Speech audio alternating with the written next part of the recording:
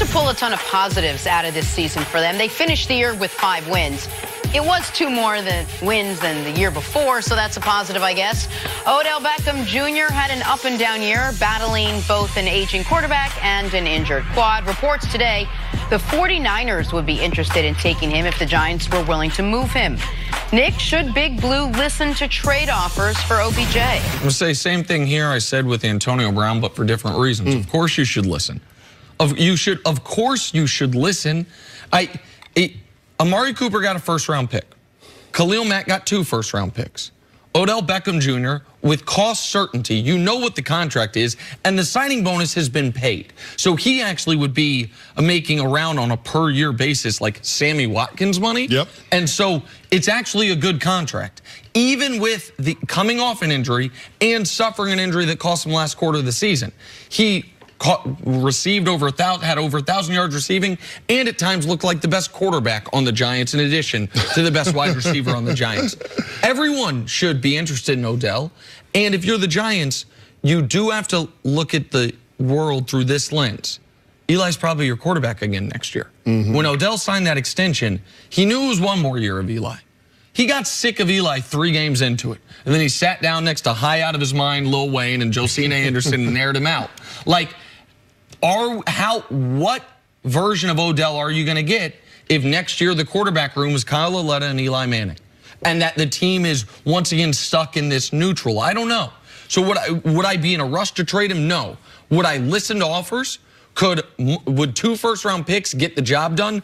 Absolutely. No, you have to listen to offers. That just makes sense. You got to do due diligence if you're Dave Gettleman, their general manager. But when you consider where the Giants are at, I think they're going to be stuck in this rut, being a 5-11, 6-10, 7-9, 8-8 team until they figure out who's going to be the successor for Eli Manning at the quarterback position. So if you tell me they're going to trade Odell for some type of package that includes some high draft picks in order to then use that to move up in the draft to get a quarterback, that would make sense. The only thing I would say to that is the Giants are in win-now mode with a roster that's not a win-now roster. They don't have the depth on both sides of the ball to compete for a championship, but you used the 2nd overall pick last year in a running back.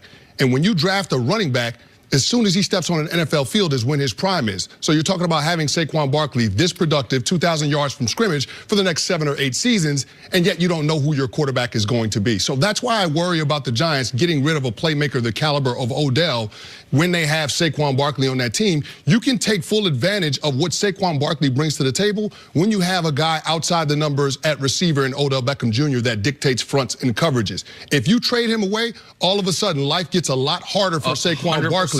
And I don't know that that's where you want to be if you're the Giants and still not seemingly knowing who's going to be your quarterback. Nick, explain this to me. If they are in win now, they have their running back, they have their wide receiver if they want it. Yes, they need to work a little bit on their defense. Why not just pull the trigger, make the move at quarterback? What are we all sort of waiting for? How could he be your win now guy? The problem is there's no, I don't mean to be flippant, but there's no quarterback tree. Where are they getting this guy from? They won too many games to get the #1 pick. Yes. So if they are going to move up from, I think they're 6. They're 6. If they're going to move up from 6 to 1, like Canny thinks you would have to do, certainly move into the top 3 to get Dwayne Haskins, well, that's going to cost you at least 1 future first-round pick. And you said, I know their defense isn't that good. Their defense is a glaring weakness. Even if Eli was good this year, this Giants team would have topped out at 9 or 10 wins because the defense was really bad. This is the argument for trading Odell. The argument for trading Odell is, listen, we need to draft a quarterback. We need 3 playmakers on defense. We don't have enough draft capital, go get it. Our defense is expensive and old. We are in a rebuild. Just because, let's not compound the error of not drafting a quarterback by doubling down on what is clearly not the correct strategy. Even if you can't get the quarterback this year, let's just say that the Cardinals want 3 first-round picks to move up to #1, and you say, I don't want to do it. You still can make the argument that starting the rebuild now, getting extra picks into the future, that can then allow you next year to get a quarterback is the right decision. I think Odell's a great player. I think he is unfairly scrutinized in a lot of ways. I also think that a team that has a superstar running back and a superstar wide receiver, and that's it for their B quality players and above, tops out at 8 wins. Yep. Like I've seen this happen before. I've seen teams with Hall of Famers at those spots not be great teams because they can't fill out the rest of the roster.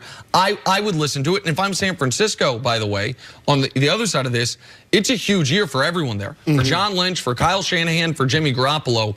And you can't have George Kittle as your #1 option. So, like, I understand why they would be interested in Odell. Yeah, and you consider the free agent market for wide receivers coming up in 2019 and the 2019 draft class for wide receivers. It's not necessarily the deepest groups. So I think it makes a whole lot of sense if you're San Francisco to explore trade options to bring in a proven commodity at the wide receiver position, somebody that can be a difference maker. And when you factor in age, I don't know that there's a receiver out there that I would take in front of Odell Beckham. He's just been that good. 4 of his first 5 seasons have been 1,000-yard reception seasons. Right. Of course, he missed the majority of last year with the ankle injury. So, I mean, it makes sense I'm not sure that it ends up getting done. All right, let's take a break. Coming up, is Andrew Luck primed for a deep playoff run? We'll break that down next on First Things First.